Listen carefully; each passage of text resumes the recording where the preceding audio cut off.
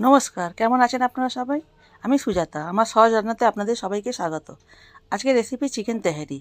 রেসিপিটা দেখে যদি আপনাদের ভালো লেগে থাকে তাহলে চ্যানেলটি অবশ্যই সাবস্ক্রাইব, লাইক ও শেয়ার করে দেবেন। এটি বানানোর জন্য প্রথমে আমরা একটা প্রেসার কুকার নিয়ে নেব। তারপরে প্রেসার কুকারটা গরম হলে ওর মধ্যে আমরা 2 চা চামচ রিফাইন অয়েল দিয়ে দেব। এবার রিফাইন অয়েলটা আমরা গরম করে এর মধ্যে আমরা গোটা গরম মশলা দিয়ে দেব আর 2খানা মিডিয়াম সাইজ পেঁয়াজ কেটে দিয়ে দেব। দিয়ে এটাকে একটু নাড়িয়ে চাড়িয়ে এর মধ্যে আমরা 2 চা চামচ আদা রসুন বাটা দিয়ে দেব।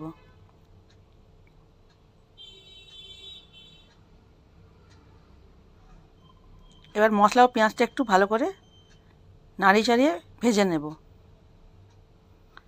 এবার এর মধ্যে আমরা 1 চা চামচ হলুদ গুঁড়ো দেব,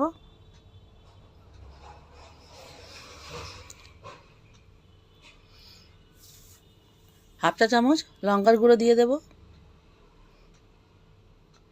দিয়ে মশলাটা এর সাথে খুব ভালো করে নাড়িয়ে চাড়িয়ে একটু কষে নেব। তারপরে স্বাদ মতো নুন দিয়ে দেবো এর মধ্যে।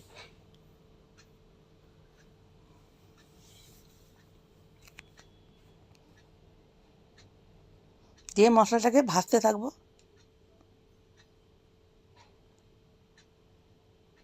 মশলাটা একটু যখন ভাজা ভাজা হয়ে যাবে তখন এর মধ্যে আমরা আগে থেকে ধুয়ে রাখা মুরগির মাংস দিয়ে দেব।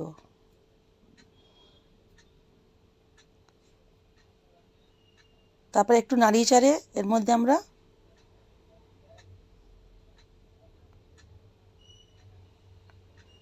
কেটে রাখা আলু দিয়ে দেব, কড়াইশুঁটি দিয়ে দেব, দিয়ে একটু মশলার সাথে ভালো করে চিকেনটাকে আলুটাকে কড়াইশুঁটিটাকে নাড়িয়ে দেব। এবার আগে থেকে ধুয়ে রাখা আমরা বাসমতি চাল এর মধ্যে দিয়ে দেব।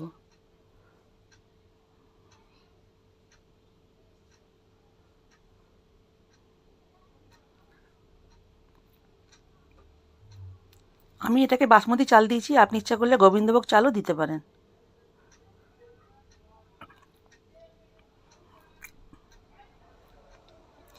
এবারে মশলার সাথে চালটাকে, আলুটাকে, মাংসটাকে খুব ভালো করে আমরা ভেজে নেব। দেখুন খুব ভালো করে ভাজা হয়ে গেছে। এবার আমরা যে বাটিতে চাল মেপেছিলাম, হাফ বাটি চাল ছিল আমার, এই জন্য আমরা 1 বাটি থেকে একটু কম জল দিয়েছি। জলটা ঠিকঠাক দেবেন, নাহলে কিন্তু চালটা গলে যাবে। এবার ভালো করে নাড়িয়ে চাড়িয়ে আমরা এর মধ্যে হাফ চা চামচ গরম মশলার গুঁড়ো দিয়ে দেব আর 4-5 ফোঁটা মিঠা আদর দিয়ে দেব।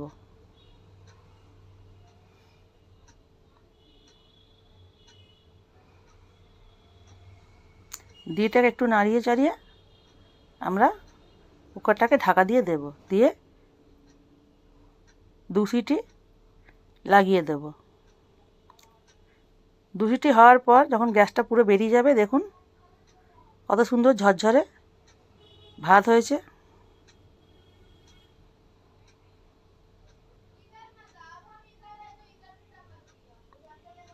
দেখুন কত সুন্দর চিকেন তেহারি তৈরি হয়ে গেছে।